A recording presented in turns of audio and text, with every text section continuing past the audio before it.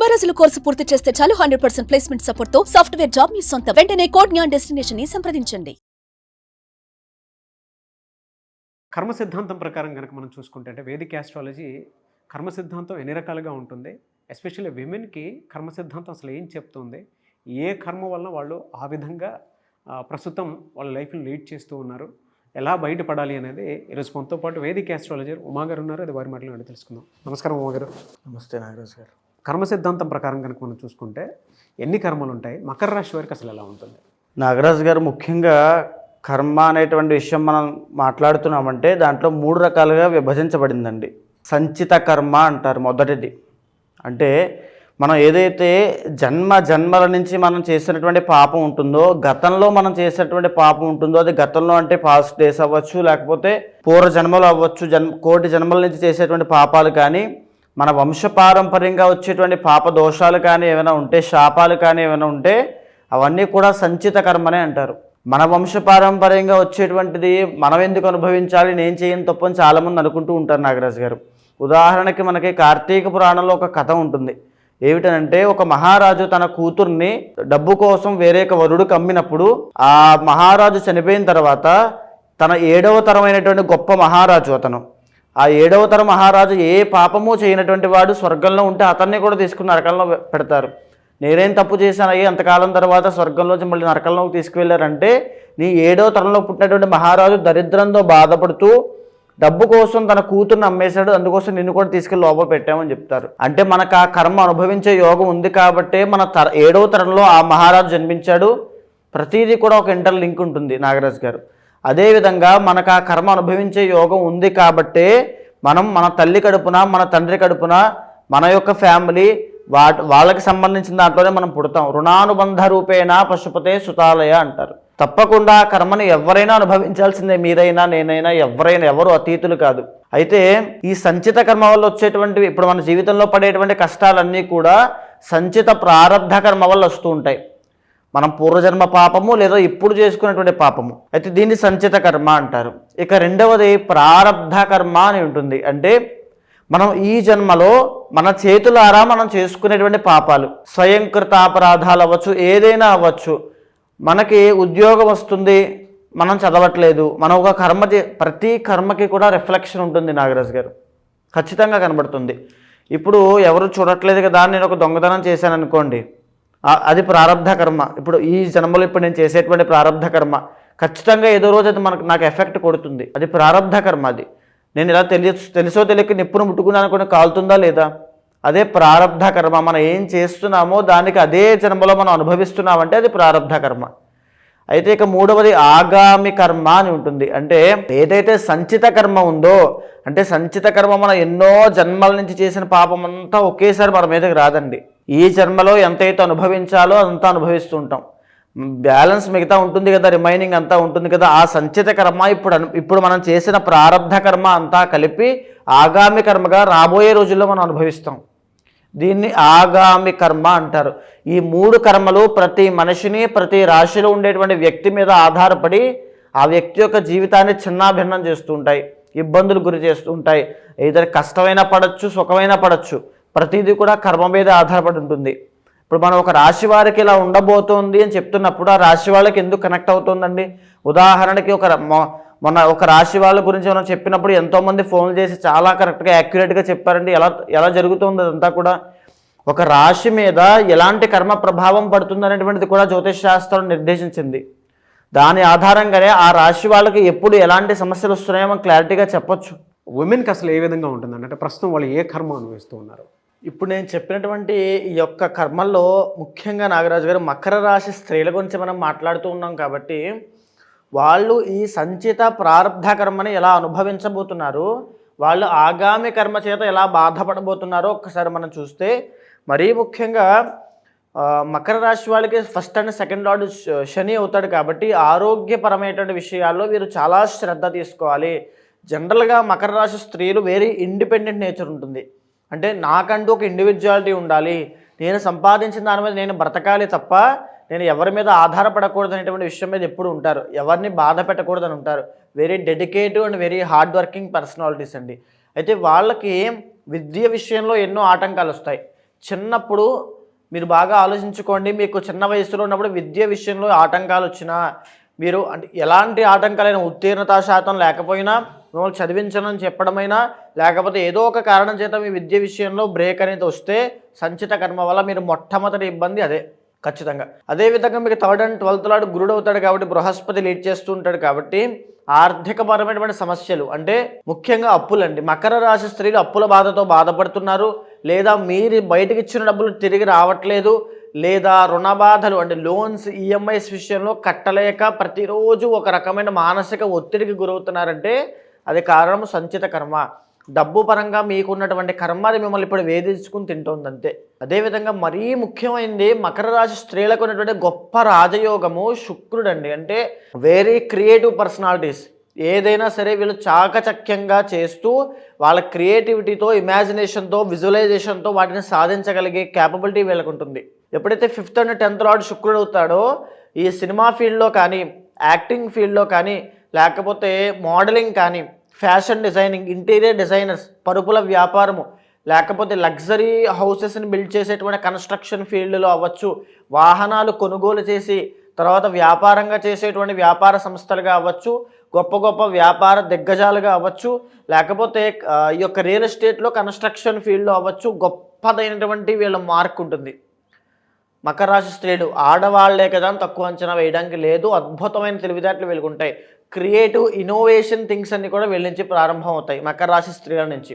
అయితే వీళ్ళు ఈ సెక్టార్లో లేకుండా, వీళ్ళకి అన్ని తెలివితేటలు ఉన్నప్పటికీ కూడా ఈ సెక్టార్లో లేకుండా కేవలం హోమ్ మేకర్గా, లేకపోతే ఒక చిన్న చిన్న జాబ్స్లో ఒక 20,000 30,000 జాబ్స్తో వీళ్ళ తెలివితేటలకు ఏమాత్రము పని పట్టనటువంటి ఒక బానిసలాగా వర్క్ చేస్తున్నారనంటే సంచిత కర్మ వల్ల వీరు బాధపడుతున్నారు. వీళ్ళ కెపాసిటీ కానీ, వీళ్ళ పొటెన్షియల్ కానీ వేరే స్థాయిలో ఉంటుంది, కానీ వీళ్ళకి తగినటువంటి అవకాశాలు రాక ఆ సంచిత కర్మ అనేది వీళ్ళని బాధిస్తూ ఉంటుంది. అండ్ బాగా ఆత్మవిమర్శ చేసుకోండి. ఇప్పుడు నేను చూసేటువంటి వాళ్ళు జరిగినటువంటి ఒక 6 సంవత్సరాలుగా, మొదట 2 సంవత్సరాలు 6 సంవత్సరాలు బ్యాక్ వెళ్తే విపరీతమైన డబ్బుల ఖర్చుతో, ఆరోగ్యపరమైన సమస్యలతో, కోర్టు పరమైన చిక్కులు కానీ, కుటుంబపరమైనటువంటి వివాదాలు కానీ ఎన్నో జీవితంలో వచ్చాయి. అది మీకు గుర్తుంటుందో ఒక్కసారి ఆత్మవిమర్శ చేసుకోండి. దాని తరువాత జరిగినటువంటి 2.5 సంవత్సరాల పీరియడ్లో వెరీ క్రిటికల్గా ఆరోగ్య సమస్యలు కానీ, ఆస్తి కూడా మేము గొప్పగా బ్రతికాం, మా నాన్నగారు చాలా విశేషమైన ధనవంతులు, ఎవరి దగ్గర మేము ఎప్పుడు చేయి చాచలేదు అనుకునేటువంటి పరిస్థితిలో ఉన్న మీరు కూడా జరిగిన 2 సంవత్సరాల క్రితం వరకు ఉన్నటువంటి ఆస్తిని అమ్మాలేమో, అప్పు చేయాల్సిన పరిస్థితి వస్తుందేమో, ఏంటి సడన్ చేంజెస్ ఏంటి జీవితంలో అనే మార్పులు మీ జీవితంలో కనబడ్డాయి. జరిగిన 6 సంవత్సరాలుగా వారు పడని కష్టము లేదు, వారు పడని బాధ లేదు, చెప్పుకోవడానికి వ్యక్తులు కూడా లేరు. అందరూ సూటిపోటి మాటలతో మాట్లాడుతూ వాళ్ళని హేళన చేస్తూ నవ్వేవాళ్ళు తప్ప వాళ్ళని ఎంకరేజ్ చేసి భుజం తట్టేవాళ్ళు ఇప్పటిదాకా లేరు. 6 yearsగా. బికాజ్ ఏలినాటి శని. ఎందుకంటే శని కర్మకారకుడు. నాగరాజు గారు కర్మకారకుడు అని అంటే ఏదైతే ఇందాక మనం చెప్పామో సంచిత ప్రారంధ కర్మలు ఉంటాయో ఆ కర్మని ఈ శని యొక్క పీరియడ్ ఆఫ్ టైంలోనే అనుభవిస్తారు ఎవరైనా సరే. అండ్ ఇప్పుడు మనం మాట్లాడుకునేది మకర రాశి వాళ్ళు కాబట్టి జరిగిన 6.5 years దాకా వాళ్ళు అనుభవిస్తూ ఉన్నారు ఇప్పటివరకు. వీళ్ళకి ఇప్పుడు ఈ సంవత్సరము మార్చి 30 తర్వాత ఉపశమనం కలగబోతోంది. ఏలినాడు శని వెళ్ళిపోతోంది, ఉపశమనం కలగబోతోంది. 2 విషయాలు జరగచ్చండి. మొదటిసారి ఏలినాడు శని అనుభవిస్తున్న వాళ్ళైతే వాళ్ళకి చాలా మంచి జరుగుతుంది. ఇప్పుడు మీ వయసు ఒక 20 సంవత్సరాలు చిల్లర అనుకోండి, మీకు మొదటిసారిగా ఏలినాడు శని అయిపోతుంది, మీకు చాలా మంచి జరుగుతుంది. జీవితంలో పెళ్ళి అవుతుంది, సంతానం లేని వాళ్ళకి సంతానం కలుగుతుంది, ఉద్యోగం లేని వాళ్ళకి ఉద్యోగం వస్తుంది, లేకపోతే ఇంట్లో శుభకార్యం జరగకపోతే ఇంట్లో శుభకార్యాలు జరుగుతాయి. ఆనందమయ జీవితంతో ఒక సర్ప్రైజ్ అనేది ఉంటుంది. ఓకే. లేదు రెండోసారి అంటే వృద్ధులు ఉంటారు, పెద్దవాళ్ళు ఉంటారు, మకర రాశి స్త్రీలలో పెద్దవాళ్ళు ఉన్నారనుకోండి, వాళ్ళకు ఒక కీలకమైన ఆరోగ్య సమస్య ఎఫెక్ట్ అవుతుంది. వెరీ క్రిటికల్, చాలా జాగ్రత్తగా ఉండండి. అది కర్మ వల్ల మీకు వస్తుంది. అండ్ మూడవసారి వచ్చేటువంటి వయోవృద్ధులు ఉంటారు, ఇంకా చెప్పాలంటే ఇంకా 80 సంవత్సరాలు ఆ వయసు వాళ్ళు ఉంటారు, వాళ్ళకి ప్రాణగండం ఉంటుంది. చాలా జాగ్రత్తగా ఉండాలి. మకర రాశి స్త్రీలు ఆరోగ్యం పట్ల వెరీ కేర్ఫుల్గా ఉండండి. ఎలా సార్ అంటే జనరల్గా వీళ్ళకి ఏ మంత్ నుంచి ఏ మంత్ వరకు ఉండే అవకాశం ఉంటుందండి? ఇప్పుడు ఇవి యొక్క మకర రాశి వాళ్ళ యొక్క స్త్రీలు చూస్తే జనవరి, ఫిబ్రవరి, మార్చ్ ఈ 3 మాసాల్లోనూ కాస్త ఉపశమనం కలుగుతోంది. ఎందుకంటే గ్రహాలన్నీ కూడా కాస్త అనుకూలిస్తున్నాయి వీళ్ళకి. ఈ 3 మాసాలు కాస్త పర్వాలేదు. ఈ మార్చి 30వ తారీఖు తర్వాత నుంచి అంటే మే 18 తర్వాత నుంచి సెకండ్ హౌస్లోకి రాహు రాబోతున్నాడు. అంటే విశేషమైన ధనహాని, డబ్బు ఎక్కడిదక్కడ ఆగిపోతాయి. వీళ్ళకి ₹1,00,000 ఇవ్వాల్సింది ఒకడు ఉంటాడు, ఇంకొకడు 10 లక్షలు ఇవ్వాల్సిన వాడు ఉంటాడు, ఇంకో 2 లక్షలు ఇవ్వాల్సిన వాడు ఉంటాడు. వాళ్ళు ఎవ్వరు ఇవ్వరు. వీళ్ళకి వీళ్ళు ఇవ్వాల్సిన ₹10,000 అప్పు ఎవరి దగ్గర తీసుకుని ఉంటారు. వాడు మాత్రం వాళ్ళు వేధిస్తూ ఉంటాడు. వీళ్ళకి రావాల్సిన అంత ఉంటుంది, వీళ్ళు ఇవ్వాల్సిన ఇంత ఉంటుంది. దానివల్ల వచ్చేటువంటి ఇబ్బందులు చాలా ఉంటాయి. ఆరోగ్యపరమైనటువంటి ఇబ్బందులు, న్యూరో రిలేటెడ్ ప్రాబ్లమ్స్, మరీ ముఖ్యంగా మకర రాశి స్త్రీలకి న్యూరో రిలేటెడ్ ప్రాబ్లమ్స్ అనేవి రాబోతున్నాయి. తర్వాత చెప్పాలంటే బుధుడు కాబట్టి ENT ప్రాబ్లమ్స్ రాబోతున్నాయి. అంటే ఈ యొక్క ముఖానికి సంబంధించినటువంటి ఇబ్బందులు కానీ, త్రోట్కి సంబంధించిన ఇబ్బందులు కానీ ఎన్నో రాబోతున్నాయి. వాటి విషయంలో చాలా జాగ్రత్తగా ఉండాలి. కుటుంబపరమైన ఒత్తిడి లేదా కుటుంబపరమైన కలహాలు పడబోతున్నారు. వెరీ కేర్ఫుల్గా ఉండాలి. అండ్ ఇంకొక విషయం చెప్పాలంటే మీకు మీ బంధువుల్లోనే శత్రువులు ఉంటారు. పెద్దగా బయట శత్రువులు ఎవరు ఉంటారండి వీళ్ళకి. వీళ్ళ బంధువులు, వీళ్ళ మావయ్యలు, వీళ్ళ అత్తయ్యలు, లేకపోతే అత్తగారు, లేకపోతే వీళ్ళ చుట్టాలు, వీళ్ళ చుట్టుపక్కల ఉండే వాళ్ళే వీళ్ళ గోతులు తవ్వుతుంటారు. వీళ్ళకి ఆ మాట వాళ్ళకి బాగా తెలుసు, వాళ్ళకి బాగా కనెక్ట్ అవుతుంది. సో ఏంటంటే ఈ సంవత్సరం అంతా కూడా కాస్త యావరేజ్గానే ఉంటుందండి. ఎందుకంటే మళ్ళీ 3వ స్థానంలోకి శని వెళ్ళబోతున్నాడు.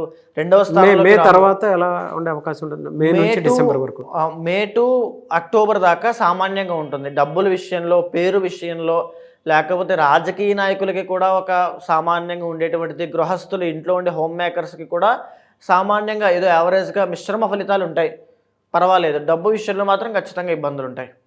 ఆరోగ్యం పట్ల జాగ్రత్తగా ఉండాలి. ఎప్పుడైతే వీళ్ళకి అక్టోబర్ తర్వాత నుంచి అద్భుతమైన రాజయోగం అండి. October to December very good position ఉంది, రాజయోగం అని చెప్పచ్చు. అంటే అప్పటిదాకా పెళ్లి కాని వాళ్ళకి పెళ్ళి అవుతుంది. బిజినెస్ చేస్తూ ఆడవాళ్ళు, బిజినెస్లో కనుక మాకు రాణింపు కావాలి అనుకున్న వాళ్ళకి అక్టోబర్ టు డిసెంబర్ మధ్యలో గొప్ప అవకాశం. రాజకీయ నాయకులకు కూడా గొప్ప అవకాశము. తర్వాత చెప్పాలంటే ఉమ్మడి వ్యాపారం చేసే వాళ్ళకి గొప్ప అవకాశము. ఇంకా ఎలాంటి చిరు వ్యాపారమైనా, పెద్ద స్థాయిలో వ్యాపారమైనా అక్టోబర్ టు డిసెంబర్ దాకా అద్భుతంగా ఉంటుంది. వీళ్ళకి ఏదైనా మంచి ఫలితాల కోసం ఏ రోజు ఏం చేస్తే బెటర్గా ఉంటుందంటారు? మంచి ఫలితాలు మకర రాశి స్త్రీలకి రావాలంటే మరీ ముఖ్యంగా సుబ్రహ్మణ్య ఆరాధన చేసుకోవాలండి. ఎందుకంటే రాహు బాగోట్లేదు, వీళ్ళ యొక్క పరిస్థితులన్నీ కూడా మ్యారీడ్ లైఫ్లో కూడా ఇబ్బందులు ఉంటాయి వీళ్ళకి. ఇంటర్నల్ జాతకం చూస్తే మొత్తం చెప్పచ్చు. సో సుబ్రహ్మణ్య స్వామికి ప్రతి మంగళవారము ఎర్రటి టవల్ ఒకటి, ఎర్రని దానిమ్మ పళ్ళు, ఎర్రటి పుష్పాలు, తర్వాత చెప్పాలంటే నూపప్పు ఉండలు అంటారు కదా, చిమిలి నైవేద్యం స్వామివారికి చాలా ఇష్టమైనది, ఆవు పాలు, వీటితో స్వామివారికి అర్చన చేసి భక్తి శ్రద్ధలతో ఒక 9 ప్రదక్షిణాలు చేస్తే చాలా బాగుంటుంది. ఇలాగనే కాకుండా ఇంటర్నల్ జాతకం చూసిన తర్వాత, ఇదంటే ఇప్పుడు మనం చెప్పేటువంటిది కర్మ సిద్ధాంతం ప్రకారము ఏ రాశి వారికి ఎలాంటి ఎఫెక్ట్స్ అనేటువంటిది, కర్మ అనేటువంటిది ఇవ్వబోతోంది, ఎలాంటి కర్మ వీళ్ళని ఎలా ఎఫెక్ట్ చేయబోతుందో మనం చెప్పాము. కానీ ఇంటర్నల్ జాతకం చూసిన తర్వాత వీళ్ళకి ఏమైనా శాపాలు ఉన్నాయా, ఇందాక మనం చెప్పిన సంచిత కర్మ వల్ల వీళ్ళకి ఏమైనా శాపాలు ఉన్నాయా, లేకపోతే బ్రాహ్మణ శాపాలు, కన్యా శాపాలు, సర్పశాపాలు ఏవైనా ఉంటే వీళ్ళని ఎలా ఎఫెక్ట్ చేస్తున్నాయి, ఏ ఆస్పెక్ట్ ఆఫ్ లైఫ్ మీద వీళ్ళు ఎఫెక్ట్ అవుతున్నారు, అప్పుడు ఒక నిర్దిష్టమైన పరిహారం ఆచరించి దానికి సంబంధించిన పూజలు చేస్తే అప్పుడు అది సెట్ అవుతుంది. అది ఇంటర్నల్ జాతకం మీద బేస్ అయి ఉంటుంది. Anyways sir, thank you so much అమ్మగారు. ఎలా సార్, అంటే ఈ కర్మ సిద్ధాంతానికి సంబంధించినటువంటి రెమెడీ ఏమైనా ఉంటుందా? ఈ ఫిబ్రవరి 26వ తారీఖున నాగరాజు గారు మహాశివరాత్రి అయింది. జన్మకొక శివరాత్రి అంటారు. అంటే ఈ మహాశివరాత్రిని పురస్కరించుకుని నేను చేసేటువంటి కర్మ నివారణ అవ్వడం కోసం చేసే రుద్రయాగంలో పాల్గొమని చెప్పండి. ఎవరైనా సరే, ఏ ఇండివిజువల్లో అయినా సరే, అంటే మీ కర్మ మీదే, మీ భార్య కర్మ మీ భార్యదే, ఎవరి కర్మ వాళ్ళదే. ఎవరైతే రుద్రయాగంలో పాల్గొంటారో వాళ్ళు జన్మలతో చేసినటువంటి సంచిత కర్మ అయినా, వాడు తెలుసో తెలియకో ఈ జన్మలో ఏదో తెలియని పాపం చేసినటువంటి ప్రారబ్ధ కర్మ వల్ల వచ్చే కష్టాలైనా తొలగిపోతాయి. ఉదాహరణకి ఒక వ్యక్తి ఉంటారండి, ఎంతో సంపాదిస్తూ ఉంటాడు, కానీ ఒక్క రూపాయి కూడా నిలబడదు. అవన్నీ కూడా ఇంట్లో ఉండేటువంటి వాళ్ళ ఆరోగ్య సమస్యలకి, వాళ్ళ చదువులకి, వాళ్ళ కష్టాలకి, వాళ్ళ కోరికలకి అన్నీ దానం చేస్తూనే ఉంటాడు. శ్రమదానం అవుతుంది, అన్నీ అయిపోతూనే ఉంటే జీవితం సొలసిపోతుంది తప్ప అతను ఏమాత్రం అనుభవించలేడు. అది కూడా ఒక కర్మే. జీవితాంతము మనశ్శాంతి లేకుండా అందరి కోసం కష్టపడడం కూడా ఒక కర్మే. ఎంత సంపాదన ఉన్నప్పటికీ కూడా తినడానికి తిన్న తర్వాత అరగకపోవడము, ఆ డయాబెటీస్ అవ్వచ్చు, బీపీ అవ్వచ్చు, ఇవన్నీ కూడా ఎక్కడి నుంచి వస్తున్నాయండి? సంచిత ప్రారబ్ధ కర్మల వల్లే వస్తున్నాయి. ఎప్పుడైతే కర్మ అనేటువంటిది నాశనం అవుతుందో ఆరోగ్యపరంగా ఒక మెరుగైన జీవితం ఉంటుంది. అదేవిధంగా ఒక మ్యారీడ్ లైఫ్లో ఇబ్బందులు వస్తున్నాయి, మాంగళ్య దోషం ఎందుచేత వస్తుంది అంటే సంచిత కర్మ వల్లే వస్తుంది. ఆ సంచిత కర్మ పోతేనే ఈ మాంగళ్య దోషం పోతుంది. 33 సంవత్సరాల దాకా వివాహం కావట్లేదు అంటే ఎందుచేత కావట్లేదు అంటే సంచిత కర్మ వల్లే కావడం లేదు. ఎప్పుడైతే కర్మ అనేటువంటిది నాశనం అవుతుందో, మూలమైనటువంటి కర్మ నాశనం జరిగినప్పుడు ఎలాంటి కోరికలు తీరాలన్నా తీరుతాయి, ఎలాంటి సమస్యలు పోవాలన్నా పోతాయి. మీరు ఇప్పుడే అన్నారు యజ్ఞాలు, యాగాలు, హోమాలు లాంటి లేదంటే పూజలు చేస్తే కర్మ నాశనం అవుతుంది అని. అండ్ ఇందాక ఒక మాట కూడా అంటం జరిగింది, కర్మను అనుభవిస్తేనే పోతుంది అని. అవునండి, అనుభవిస్తేనే పోతుంది అని చెప్పేసి అంటూ ఉన్నారు. అంటే పూజలు, యాగాలు చేస్తే నాశనం చేయొచ్చు అని చెప్పి, కర్మను నాశనం చేసేయచ్చు అని చెప్పేసి అంటూ ఉన్నారు. ఎలా అది? ఇక్కడ ముఖ్యంగా నాగరాజు గారు చాలామందికి ఉన్నటువంటి సందేహమే ఇది. అంటే కర్మ అనేటువంటిది అనుభవిస్తేనే పోతుంది కదా, మన కర్మ మనం అనుభవించాలి కానీ పూజలు చేస్తే ఎందుకు పోతుంది అని చాలామంది అనుకుంటూ ఉంటారు. ఉదాహరణకి ఒక మార్కండేయుడు అనేటువంటి ఒక మహాశివభక్తుడు, ఆయనకి 8 సంవత్సరాల వయసు ఉంది. ఆయన శివుడికి విపరీతమైనటువంటి ఆరాధన అంటే అభిషేకం చేస్తూ స్వామి యొక్క తపస్సులో, స్వామి యొక్క భక్తిలో మునిగి ఉన్నాడు. మునిగి ఉన్నప్పుడు ఆయన యొక్క ఆయుష్ అనేటువంటిది కంప్లీట్ అయిపోయింది. యమధర్మరాజు అంటే ప్రాణం తీసేటువంటి యమధర్మరాజు యమపాశంతో సహా వచ్చి, నాయన మార్కండేయ బయటికి రా, నీ ఆయుష్ పూర్తయిపోయింది, నీ ప్రాణం తీసుకెళ్లేటువంటి సమయం ఆసన్నమైంది, నువ్వు బయటికి రా అని పిలిస్తే, నేను రాను, నా పూజ శివ పూజ అయ్యేంత వరకు నేను బయటికి రాను అంటాడు. ఓకే, శివ పూజ ఎప్పుడు అవుతుంది అని యమధర్మరాజు అడిగితే, నా తల్లిదండ్రులు ముక్తికి వెళ్ళేంత వరకు కూడా నా శివ పూజ అవ్వదు అని చెప్తాడు. అయితే ఇలాంటి ఆటలన్నీ సాగవు, నీ ఆయుష్ కంప్లీట్ అయిపోయింది, నువ్వు శివుడి దగ్గర ఉంటే ఏంటి, ఎవరి దగ్గర ఉంటే ఏంటి అని చెప్పి ఆ యమపాశాన్ని విసురుతాడు. అప్పుడు మార్కండేయుడు భక్తితో శివుణ్ణి ఆలింగనం చేసుకుని చంద్రశేఖర చంద్రశేఖర చంద్రశేఖర పాహిమామని చంద్రశేఖరాష్టకం పాడితే, శివుడు శివలింగంలోంచి ఉద్భవించి ఎడంకాలతో యమధర్మరాజుని గుండెల మీద ఒక్క తన్ను తన్నుతాడు. నా భక్తుణ్ణి నువ్వెవడరా ముట్టుకోవడానికని అని తన్ని ఆ మార్కండేయును చిరంజీవిగా చేస్తాడు. ఈ సృష్టి ఉన్నంత కాలము నువ్వు బ్రతికే ఉంటావు, నిన్ను ఆపేవాడు లేడని. ఇక్కడ ఈ కథలో కనిపించేటువంటి మార్కండేయుడు జీవుడు, వచ్చినటువంటి యమధర్మరాజు కర్మ, వచ్చినటువంటి శివుడే మన భక్తి, మనం చేసేటువంటి పూజ. అంటే ఈ మార్కండేయుడికి ఏదైతే తన సంచిత పాపకర్మ వల్ల ఆయుష్ అయిపోయిందో, ఆ కర్మ వల్లనే ఆయుష్ తీయడానికి యమధర్మరాజు వచ్చాడు. ఏదైతే ప్రారబ్ధ కర్మ అంటే ఇప్పుడు తను చేసుకునేటువంటి భక్తి, ఆ పూజ, ఆ యొక్క స్వామి యొక్క కటాక్షం ఏదైతే ఉందో, స్వామి ఆ భక్తి రూపంలో వచ్చి కర్మని నాశనం చేసిందా చేయలేదా? అవును. భక్తి అనేటువంటి ఒక మాధ్యమంగా మారి కలియుగంలో ఈ పూజల రూపంలో మన కర్మ అనేటువంటిది నాశనం అవుతూ ఉంటుంది. సో అందుకే మీరు 26న కర్మ నివారణ అవ్వడం కోసం రుద్రయాగం అనేటువంటి చేయడం జరుగుతోంది. ఎవ్వరు పాల్గొన్నా సరే వాళ్ళందరికీ కూడా సంచిత ప్రారబ్ధ కర్మ పోయేటట్టుగా ఆ రుద్రయాగంలో సంకల్పం చెప్పడం వల్ల ఏదైతే ఒక మనిషి ఆ మోయలేనటువంటి కర్మ బరువు ఉంటుందో దానిని ఆ తక్షణ మరుక్షణం నుంచి ఆ కర్మ అనేటువంటిది నాశనం అయిపోతుంది. సో ఎవరన్నా అప్రోచ్ అవ్వాలి అనుకుంటే ఎలా అండి? మీకు కింద కనిపించేటువంటి నెంబర్కి కాంటాక్ట్ అయితే మా వాళ్ళు మీకు పూర్తిగా వివరాలన్నీ ఇస్తారు, దానికి సంబంధించిన వివరాలన్నీ కూడా చెప్తారు. ఖచ్చితంగా కాంటాక్ట్ అవ్వండి. ఏ విషయాలు కూడా, ఏ నియమాలు పాటించాలి, ఏ మంత్రజపం చేయాలో కూడా స్వయంగా నేనే చెబుతాను. ఎనివే సార్, థ్యాంక్ యూ అండి, థ్యాంక్ యూ సో మచ్ అమ్మ గారు. నమస్తే. చూసారు కదండి వీడియో. ఈ వీడియోపై మీ అభిప్రాయాన్ని కమెంట్ బాక్స్లో పోస్ట్ చేయండి. అండ్ ముఖ్యంగా మీరు కనుక 26న అది కూడా మహాశివరాత్రి రోజు జరిగేటువంటి రుద్రయాగంలో పాల్గొనాలి అనుకుంటే స్క్రీన్ మీద మీకు కాంటాక్ట్ నెంబర్ కనిపిస్తుంది ఉమా గారిది. దానికి మీరు కాల్ ఆర్ మెసేజ్ వాట్సాప్ చేసి ఆ ప్రాసెస్ ఏంటో తెలుసుకోవాలి అనుకుంటే కూడా తెలుసుకోవచ్చు. లేదా మీరు డైరెక్ట్గా రుద్రయాగంలోకి పాల్గొనాలి అనుకున్నా కూడా డీటెయిల్స్ కోసం స్క్రీన్ మీద కనిపిస్తున్న నెంబర్ సంప్రదించండి. అండ్ ఈ వీడియో లైక్ చేయండి, షేర్ మాత్రం తప్పకుండా చేయండి. ఇలాంటి మరిన్ని వీడియోస్ కోసం మా ఛానల్ ఫాలో అవ్వండి. Thank you. సుమన్ టీవీలో మీ పర్సనల్ అండ్ బిజినెస్ ప్రమోషన్స్ కోసం కింది నెంబర్కి కాంటాక్ట్ చేయండి.